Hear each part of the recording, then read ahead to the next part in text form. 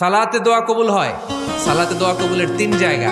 একটা হচ্ছে তাকবীরে তাহরিমার পরে আমরা সানা পড়ি না, আমরা তো একটা পড়ি। আল্লাহর হাবিব সুন্নাহ এবং নফল নামাজে আরো পড়তেন সানা, ওই দোয়া কবুল হয়। 2 নম্বর জায়গা সালাতে সেজদায় পড়ে দোয়া করলে কবুল হয়। আকরাবু মা ইয়াকুনুল আবদু মির রাব্বিহি ওয়া হুয়া সাজিদ ফাকসিরু ফীহি দুআ।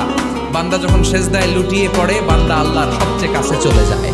তা কিন্তু বিশ্বনবী বলে সেজদাটা তোমার রবের কুদরতি পায়ের উপরে পড়েছে। সেজদায় পড়ে দোয়া করেন। সালাম ফিরানোর আগে বিশ্বনবী দোয়া করতেন, লা ইউসাল্লিমান্না আহাদুকুম হাত্তা ইয়াতাআওয়াদা মিন আরবা'a।